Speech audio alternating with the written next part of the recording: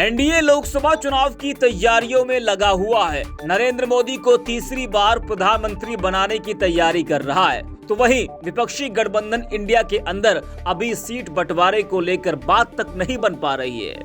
विपक्ष एक दूसरे की टांग खींचने में ही लगा हुआ है। लोकतंत्र को बचाना है, बीजेपी को हराना है जैसी बात करने वाला विपक्ष अगर ऐसे ही आपस में लड़ता रहा तो विपक्ष कमजोर तो होगा ही, साथ ही एनडीए को रोकना, नरेंद्र मोदी को रोकना उसके लिए मुश्किल हो जाएगा।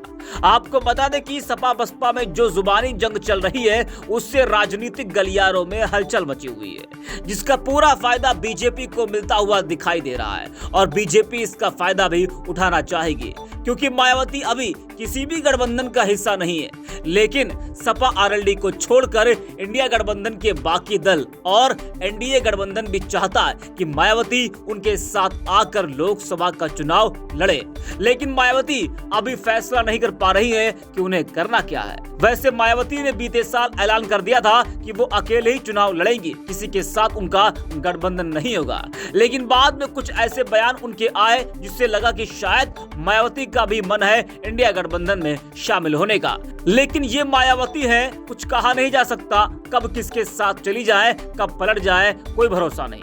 तो सपा बसपा के बीच जंग में बीजेपी चाहेगी कि वो बसपा से बात करना शुरू करे, जिसका विकल्प भी बीजेपी तलाश रही होगी। जब से मायावती ने सपा से अपनी सुरक्षा को खतरा बताया है, उसके बाद से हलचल तेज हो गई है। इस पूरे मामले को लेकर डिप्टी सीएम केशव प्रसाद मौर्य ने बड़ा बयान दिया है। उन्होंने कहा कि मायावती बसपा की चीफ और राज्य की पूर्व मुख्यमंत्री भी हैं। राज्य में बीजेपी की सरकार है और हम मायावती के साथ साथ सबकी सुरक्षा करेंगे। उन्होंने जिस पुल का जिक्र किया वो सपा सरकार के समय बनाया गया था और उन्होंने सपा को लेकर जो कहा सही है। समाजवादी पार्टी गुंडों, अपराधियों, माफियाओं की पार्टी है, इस पार्टी से बचकर रहें। डिप्टी सीएम ने कहा कि गेस्ट हाउस कांड में इनकी योजना यानी कि सपा की योजना बहन मायावती की जान लेने की थी। उस समय के हमारे नेताओं ने मायावती को बचाने के लिए लड़ाई लड़ी थी। जब पिछले चुनाव में बसपा ने सपा और कांग्रेस से गठबंधन किया था, हमने तब भी कहा था कि सपा गुंडों की पार्टी है, इनसे बचकर रहेंगे तो इससे देश और राज्य का भला होगा। वैसे भी सपा समाप्तवादी बनने वाली है। 2024 में बीजेपी सभी 80 सीटों पर जीत दर्ज करेगी। जी हाँ, तो केशव प्रसाद मौर्य ने किस तरह से मौका लपका है वो आपने देखा। क्या कुछ कहा है केशव प्रसाद मौर्य ने, जरा आपको सुनाते हैं। लेना चाहिए, सुरक्षा का उन्होंने भाव दिखाया है कि सुरक्षा की दृष्टि से सरकार उनको एक नई जगह दे जिससे वो जो है देखिए, आदरणीय बहन मायावती जी उत्तर प्रदेश की पूर्व मुख्यमंत्री हैं, बहुजन समाजवादी पार्टी की राष्ट्रीय अध्यक्ष हैं और भारतीय जनता पार्टी की प्रदेश में सरकार है। तो बहन जी सहित प्रदेश के हर नागरिक की सुरक्षा के प्रति सरकार कृत संकल्प है और उनकी सुरक्षा के खतरे का जो फ्लाईओवर बनाने की शिकायत एक विशेष तौर से उनकी है, वह समाजवादी पार्टी की सरकार के समय बनाई गई। और समाजवादी पार्टी वैसे भी चाहे दलित हो, चाहे पिछड़ा हो और चाहे गरीब हो, चाहे किसान हो, चाहे महिलाएं हों, उनके विरोध में सदैव आचरण किया है। और बहन मायावती को तो स्टेट गेस्ट हाउस कांड के समय उनको जीवित भी नहीं छोड़ने की स्थिति थी। भारतीय जनता पार्टी ने उनको बचाने के लिए पूरा हमारे उस समय के नेता ब्रह्मदत्त द्विवेदी जी की अगुवाई में पूरी ताकत से लोग लड़े और उसका परिणाम ये हुआ कि वो सुरक्षित बची।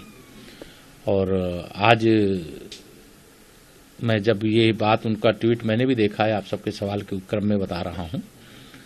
जब 2019 में इन्होंने सपा से समझौता किया, कांग्रेस से समझौता किया, राष्ट्रीय लोकदल से समझौता किया, उस समय भी हमने कहा था समाजवादी पार्टी गुंडों, अपराधियों, माफियाओं की पार्टी है, इस पार्टी से बच के रहें, इससे राज्य का भी भला है, राष्ट्र का भी भला है। वैसे भी सपा समाप्तवादी बनने वाली है।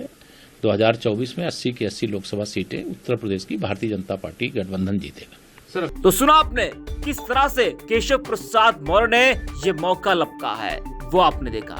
वैसे मायावती ने कई बार बीजेपी पर भी हमला बोला है, शायद ये बात केशव प्रसाद मौर्य को याद नहीं होगी। आपको बता दें कि बीएसपी सुप्रीमो मायावती ने समाजवादी पार्टी पर हमला बोलते हुए कहा कि वो दलित विरोधी है और सपा से उन्होंने अपनी जान को खतरा भी बताया है। मायावती ने इसे लेकर अपने सोशल मीडिया अकाउंट एक्स पर कई पोस्ट किए और कहा कि सपा अति पिछड़ों के साथ साथ जबरदस्त दलित विरोधी पार्टी भी है। हालांकि बीएसपी ने पिछले लोकसभा आम चुनाव में सपा से गठबंधन करके इनके दलित विरोधी चाल, चरित्र व चेहरे को थोड़ा बदलने का प्रयास किया, लेकिन चुनाव खत्म होने के बाद ही सपा पुनः अपने दलित विरोधी जातिवादी एजेंडे पर आ गई।